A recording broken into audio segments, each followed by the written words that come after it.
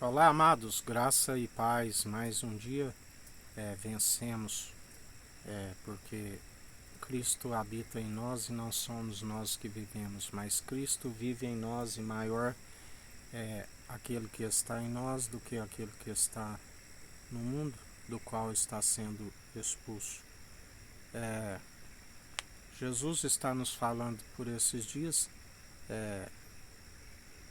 desejai como recém-nascidos um leite puro e espiritual. A sabedoria do alto, onde o temor, o princípio dela é o temor de Deus,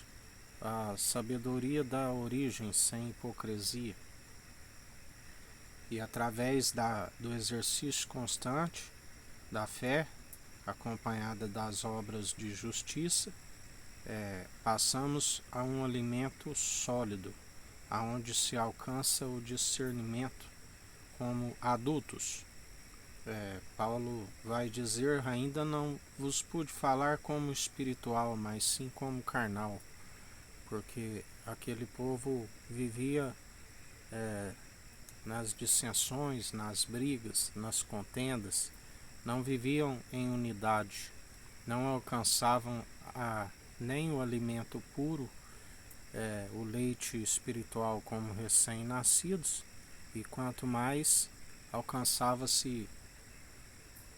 como adultos um alimento sólido, aonde se discerne entre o bem e o mal e aonde se alcança o dom de justiça,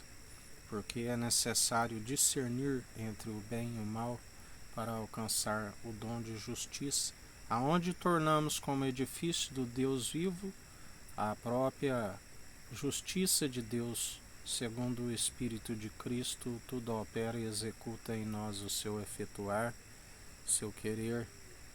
quando permitimos, através do exercício constante da fé, juntamente com as obras de justiça, adicionando as virtudes à nossa fé, se alcança a maturidade, da onde já não se aborda os fundamentos principais, porque estamos num ensinamento como adultos, e Paulo alegava que tinha que estar sempre abordando como eles estavam como crianças, e como não se alcançava a maturidade, ele tinha que estar sempre abordando assuntos como arrependimento, como estar exortando em relação às dissensões, brigas, contendas. Aquele que ama uma briga ama o pecado, e assim ele estava exortando a igreja para que se alcançasse o exercício constante da fé para alcançar a maturidade, para se falar como adultos num alimento sólido. Mas ele não podia os falar porque não havia compreensão. Jesus também disse ali aos discípulos que estavam sendo preparados para apóstolos: tenho várias outras verdades a vos dizer, mas vós não poderíeis suportar,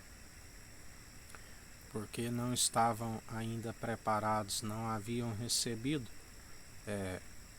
o batismo de fogo com a ascensão de Cristo, da qual, quando ele passou pela morte, ali naquele Monte Sião, naquele grande espetáculo, a palavra diz que ele, após a ressurreição, da onde ele fez suas aparições há cerca de 40 dias, ele disse: não me detenhas, porque é necessário que eu vá para o Pai e vos envie outro advogado, conselheiro, consolador, da qual eles receberam em dias de Pentecoste, como foram vistas como que línguas repartidas como que de fogo, quando eles anunciavam a verdade, o Evangelho, do qual se gera a família de Jesus, da qual aquele que conhece a verdade é liberto, curado, restaurado, porque ele levou sobre si todas as nossas enfermidades, pelas suas pisaduras nós somos curados, restaurados, e nova criatura é, aonde através do leite puro espiritual, e quando praticamos o exercício constante da fé, alcançamos a maturidade como adultos num alimento sólido, do qual já não andamos como outrora, já estamos segundo a unção que despedaça todo jugo, da qual discernimos entre o bem e o mal, e estamos para julgar com justiça e equidade em espírito. Aquele que acha que é palavra humana, com a mesma medida que medires, sereis medidos, com a mesma, se for palavra humana, com a mesma medida que julgares, sereis julgados. Julgamos em espírito e em verdade,